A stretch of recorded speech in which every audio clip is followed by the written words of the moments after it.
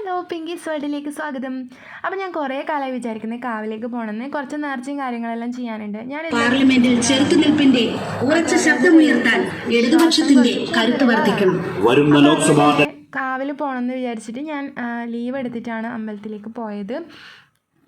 ജോലി സ്ഥലത്ത് നിന്ന് ലീവ് എടുത്തു. അപ്പം ഞാൻ എൻ്റെ ഫ്രണ്ടിൻ്റെ കുട്ടിയാണ് പോകുന്നത്. അപ്പം നീലേശ്വരം ഞാൻ കുറേ കാലത്തിന് ശേഷം വരികയാണ്. അധികം അങ്ങനെ വരാറില്ല. അപ്പോൾ ആകെ മൊത്തം അവിടെ മാറ്റങ്ങൾ തന്നെ സംഭവിച്ചു.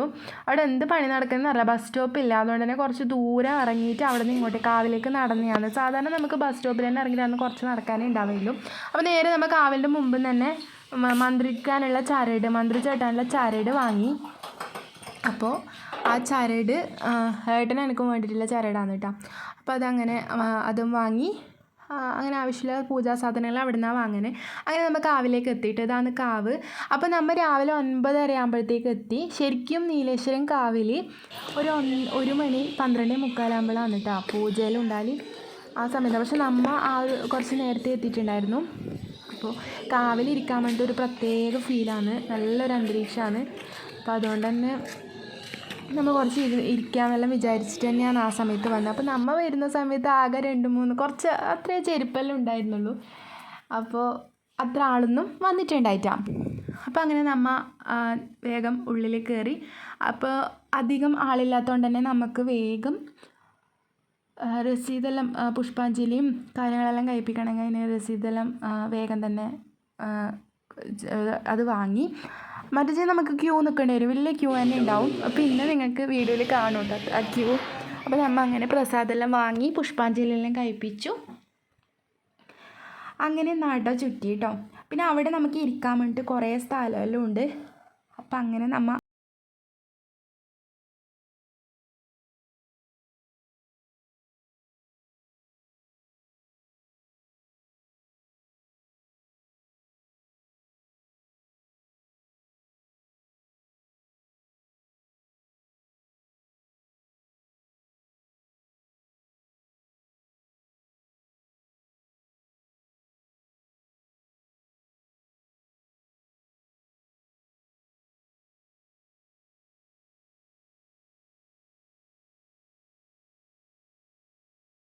മടക്കിയിട്ട് എല്ലാം സെറ്റാക്കിയിട്ട് വെക്കുന്നതാണ് ഉണ്ടായത്.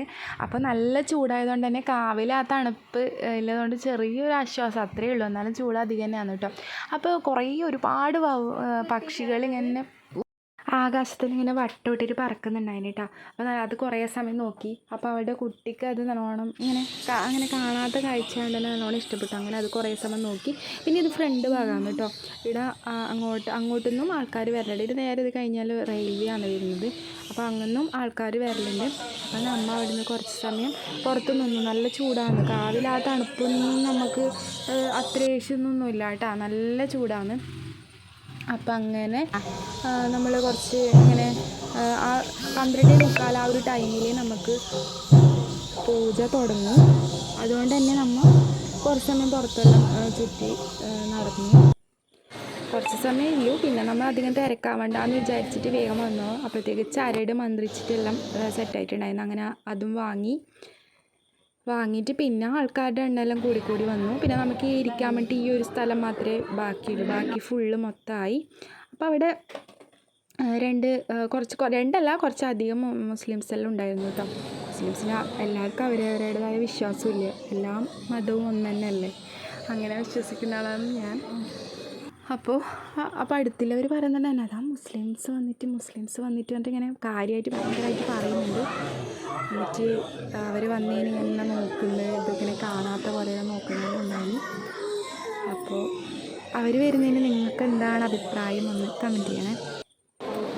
അപ്പോൾ അങ്ങനെ നമ്മൾ ഫുഡ് കഴിക്കാൻ വേണ്ടിയിട്ട് ടോക്കൺ എടുത്തു.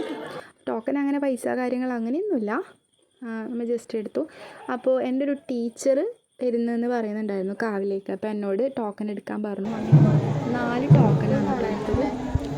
ഇതാണ് നമ്മുടെ പൂജ തുടങ്ങുന്ന സമയത്തുള്ള ക്യൂ. എന്ത് പറ്റിയെന്ന് വെച്ചാൽ ഫ്രണ്ടിൽ കിട്ടിയിട്ടാട്ടോ സീറ്റ് നിൽക്കാൻ വേണ്ടിയിട്ട് എല്ലാവരും വന്നിട്ട് അങ്ങനെ നിന്നു. അപ്പോൾ നോക്കി ചെരുപ്പിൻ്റെ എണ്ണം നോക്കി. നമ്മൾ വരുമ്പോൾ 1-2 ചെരുപ്പ് ഉണ്ടായെടുത്ത് നമ്മുടെ ചെരുപ്പ് തപ്പിയിട്ട് കുറേ ഇറങ്ങിയിട്ട് അവിടെ വെച്ചെടുത്ത് കാണുന്നില്ല. ഒന്ന് അങ്ങോട്ടും ഒന്ന് ഇങ്ങോട്ടും ഇങ്ങനെ ഉണ്ടായിട്ടുണ്ട്.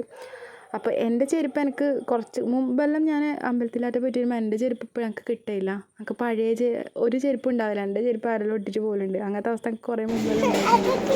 അങ്ങനെ നമ്മൾ പ്രസാദം കഴിക്കാൻ വേണ്ടിയിട്ട് പാലിന് വെള്ളം എടുക്കണം കേട്ടോ ഈ ഗ്ലാസ്സിൽ. അപ്പോൾ നമ്മൾ നല്ലോണം വിശന്ന് പൊരിഞ്ഞ സമയവും പിന്നെ അമ്പലത്തിലത്തെ ആ ഒരു ചോറും, അതിപ്പോൾ വീട്ടിലായിട്ട് ഇങ്ങനത്തെ ഒരു വെള്ളം കയറി അങ്ങനെ ആയിട്ടായാൽ നമ്മൾ പറയും ഇതെന്ത് ഇങ്ങനെയെന്ന് പറയും. പക്ഷേ ഇവിടുന്ന് ഇങ്ങനെ അമ്പലത്തിൽ നിന്ന് അങ്ങനത്തെ എന്ത് കറി കഴിക്കുമ്പോഴേ പ്രത്യേക ടേസ്റ്റാണ് കേട്ടോ. അതെന്താ അങ്ങനെയെന്ന് അറിയില്ല, ചിലപ്പോൾ വിശന്നുകൊണ്ടോ, എന്നാലും ഒരു പ്രത്യേക ടേസ്റ്റാണ് ഈ അമ്പലത്തിലത്തെ ചോറും കറിയും പ്രസാദത്തിന്. അപ്പം അങ്ങനെ നല്ലൊരു അച്ചാറുണ്ടായിരുന്നു, പിന്നെ ഒരു കായ് കൊണ്ട് വെച്ചൊരു കറി ഉണ്ടായിരുന്നു, പിന്നെ സാമ്പാർ ആദ്യമാണുണ്ടായത്. പക്ഷെ അതിന് ധാരാളം, ഞാൻ 2 പ്രാവശ്യം തന്നെ ചോറ് കഴിച്ചിട്ടുണ്ട്. അങ്ങനെ നമ്മുടെ എല്ലാം കഴിഞ്ഞു. അപ്പം നമ്മൾ നേരെ വീട്ടിലേക്ക് വിട്ടു. ഇപ്പോൾ സമയം 2 മണിയെല്ലാം ആയിട്ടുണ്ട് കേട്ടോ.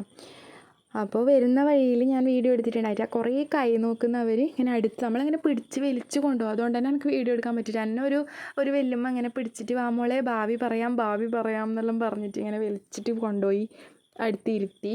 ഞാൻ പറഞ്ഞു വേണ്ട, ഒന്നും അറിയണ്ട ഇപ്പം അറിയണ്ട പറഞ്ഞിട്ട് ഇങ്ങനെ മാറിയിരുന്നു. അവരിങ്ങനെ വിളിച്ചു. അങ്ങനെ കാഞ്ഞങ്ങാട് എത്തിയ സമയത്ത് അവളുടെ കുട്ടിക്ക് ഐസ്ക്രീം വേണമെന്ന് പറഞ്ഞിട്ട് അങ്ങനെ ഐസ്ക്രീം കഴിച്ചു. അപ്പോൾ ഞാൻ എൻ്റെ പഴയ ഒന്നിച്ച് പഠിച്ച എൻ്റെ ഫ്രണ്ടിനെ കണ്ടു.